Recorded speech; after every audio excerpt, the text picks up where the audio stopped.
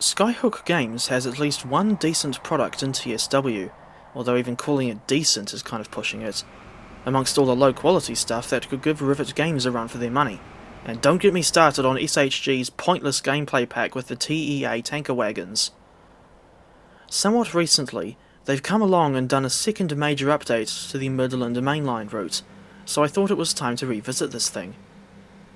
There is a long list of improvements, too many to mention in this video, and I can't even remember what most of them were. The main thing I remember was that the scenery has apparently been significantly upgraded. Areas with improved scenery details include, but are not limited to, Derby Etches Park Depot, the station road crossing at Spondon, the embankments just north of the River Trent, as well as Leicester Station and its nearby sidings. You also get better lighting at Nottingham Eastcroft Depot, the sidings used to be completely dark, as well as at the nearby station, which makes the trains much easier to see at night. The Midland Mainline DLC was originally released in April 2023, back in the short-lived Train Sim World 3 era. The version compatible with TSW4 costs $57 New Zealand dollars at the normal price, and I still think it presents poor value for money. I don't remember exactly what went wrong, but I do remember that this route had a disastrous initial release, and I held off buying it until after the first major update. You don't really get a whole lot of track in this add-on, just the Y-shaped route running from Leicester to Derby and Nottingham. Total route length is only a measly 37 miles. I'm very disappointed in the lack of an extension up to Matlock via Ambergate, as well as the line up to Sheffield via Belper, as the addition of either one of those sections would make the route longer and more interesting. I'm not sure of the exact time period this route is set in, but it's definitely set prior to the launch of the East Midlands Railway brand in 2019. Disappointingly, although the track up to Toton Yard was laid in TSW, you still can't drive up to that huge yard, presumably because there's no scenery up there. And this really does beg the question as to why Skyhook didn't include, at the very least, a Class 60 with their gameplay pack, because then you would have been able to make use of the section up to Toton. An issue that I used to see was both HST power cars in a set having the same number, but this has now been fixed, as well as a weird one where I was seeing West Midlands Railway signs at Nottingham Station, despite the fact that WMR services don't go anywhere near Nottingham.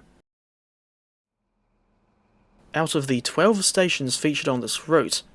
Wait, really? Only 12? That's a bit naff, isn't it?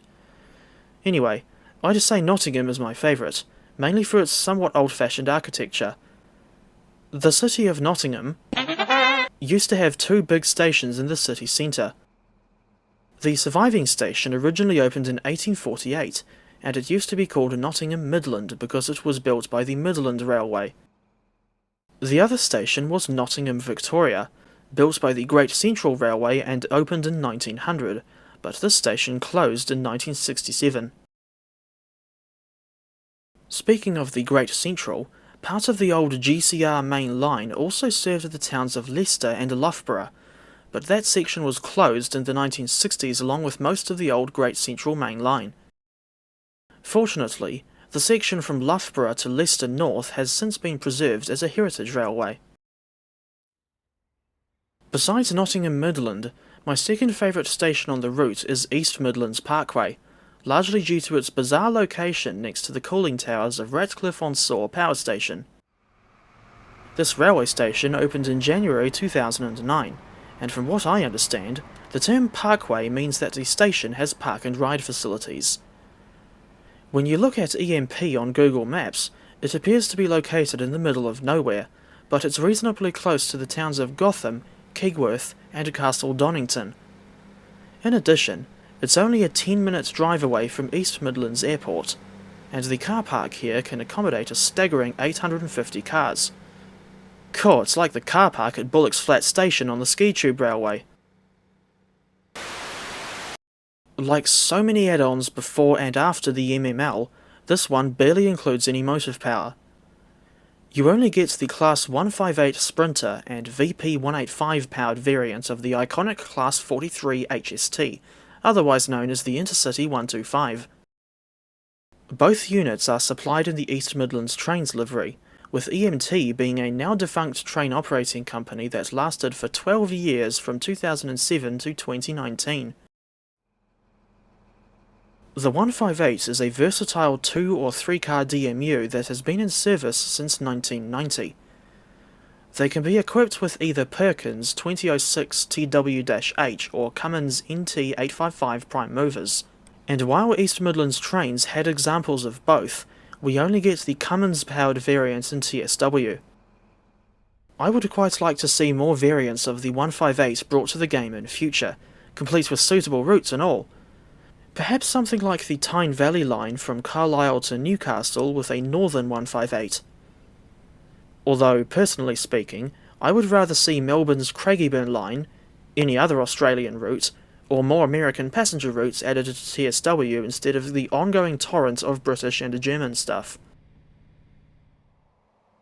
While the 158 was new to TSW upon the MML's release, the HST was not, as we already had a Great Western Railway variant, which was powered by an MTU prime mover, included with the severely underwhelming Great Western Express route.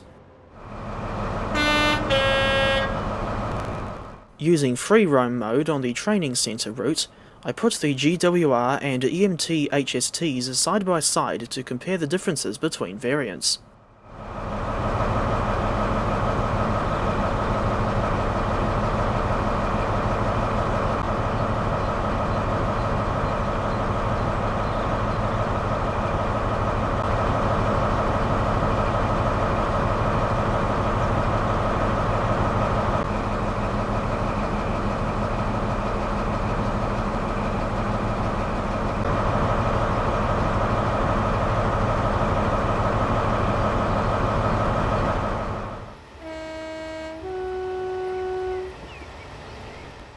Two important DMUs are completely missing from the Midland Mainline in TSW, namely the Class 156 Sprinter and Class 222 Meridian. The 156 should be added to help run stopping services alongside the 158, while the 222 would run longer distance intercity services with the HST.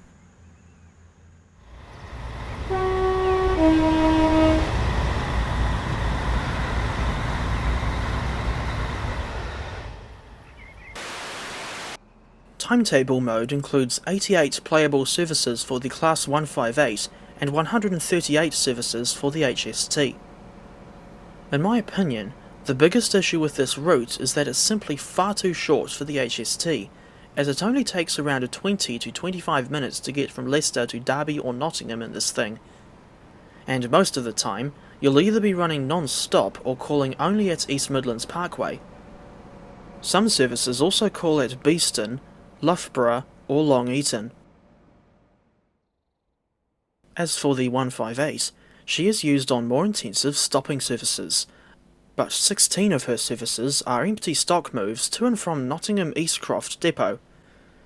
As for which passenger trips she represents, they're mainly the Leicester to Lincoln and Nottingham to Matlock services, of which only small sections of their respective runs are drivable in TSW. I find the local run from Nottingham to Derby to be quite disappointing because of just how short it is, only taking around 22 to 25 minutes to complete. All the more reason why the Derby to Matlock section should not have been left out.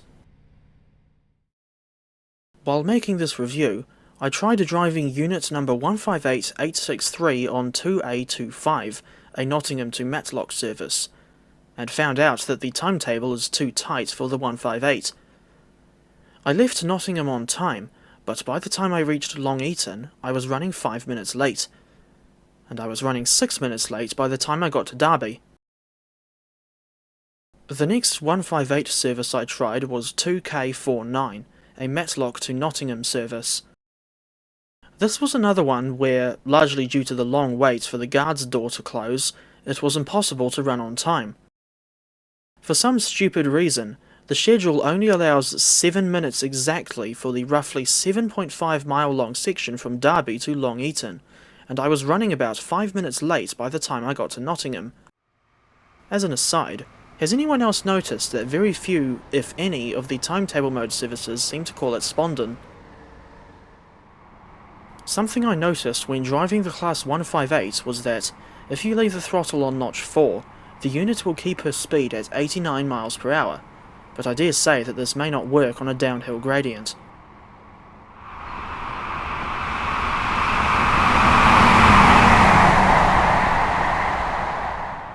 The local services that you can drive between Leicester and Nottingham, or vice versa, also have that same issue with the annoyingly tight timetable. These runs aren't much better than the Derby to Nottingham services, as they only take 40 to 45 minutes to complete.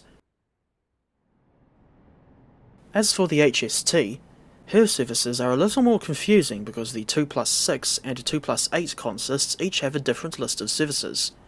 And for reference, the 6 and 8 parts refer to the number of coaches between the two power cars. There are 104 services for the 2+6 HST consist, mainly focused on runs from Derby to Leicester and vice versa, while the 2+8 sets almost exclusively run between Nottingham and Leicester. There are only around 10 or 11 services where you can take a 2+8 HST set to or from Derby.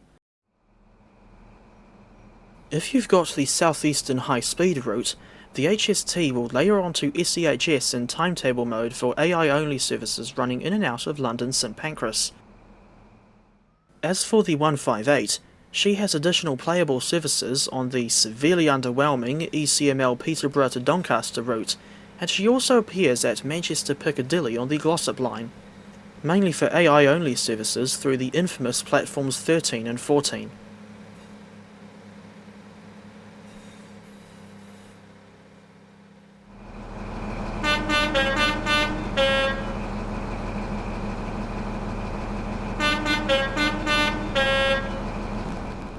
Besides the 158 and HST, motive power from other add-ons also has timetable mode layers on the MML. These locomotives are the British Rail Class 45 and ridiculously overused EWS Class 66.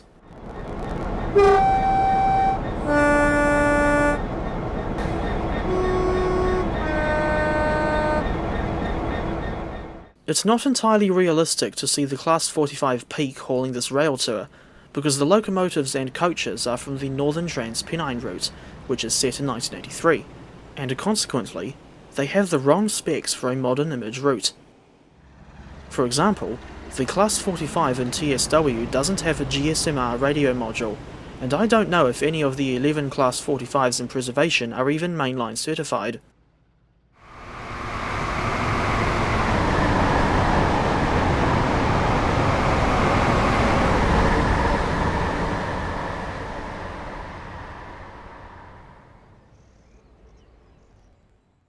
The Europhoenix Class 37, from one of those stupid loco add-on bundles or gameplay packs or whatever other poorly thought out name they used for these payware reskins this week, also appears on the MML with only 5 playable services. These are Electrostar EMU drags to and from Derby, but if you spawn at a station on foot, the EMU drags are only a seasonal operation. For example, 5Q57, a Ramsgate to Derby run, will only appear when you set the month to January or February. Regarding any further improvements that should be made, I think the route needs to be extended from Derby to Matlock, and it should have additional motive power in the form of the aforementioned Class 156 Sprinter and Class 222 Meridian.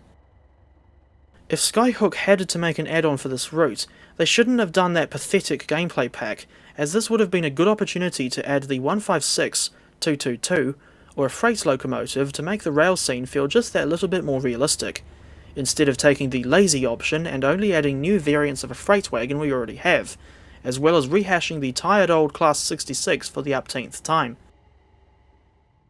As much as I hate the Cargo Line Part 1 gameplay pack, because of how little stuff it adds to the game, especially for that insanely high price, I think that Skyhook Games still deserves some credit where it's due. For the most part, I think their Leicester to Derby and Nottingham route is fine, with decent scenery and service variation, not to mention the mostly enjoyable driving experience on the Class 158. But it's let down by the simple fact that it's far too short, especially for the HST, and it had to go through 2 major updates to get to this semi-decent state. I'll end this video with footage of an HST hauling ass through Syston.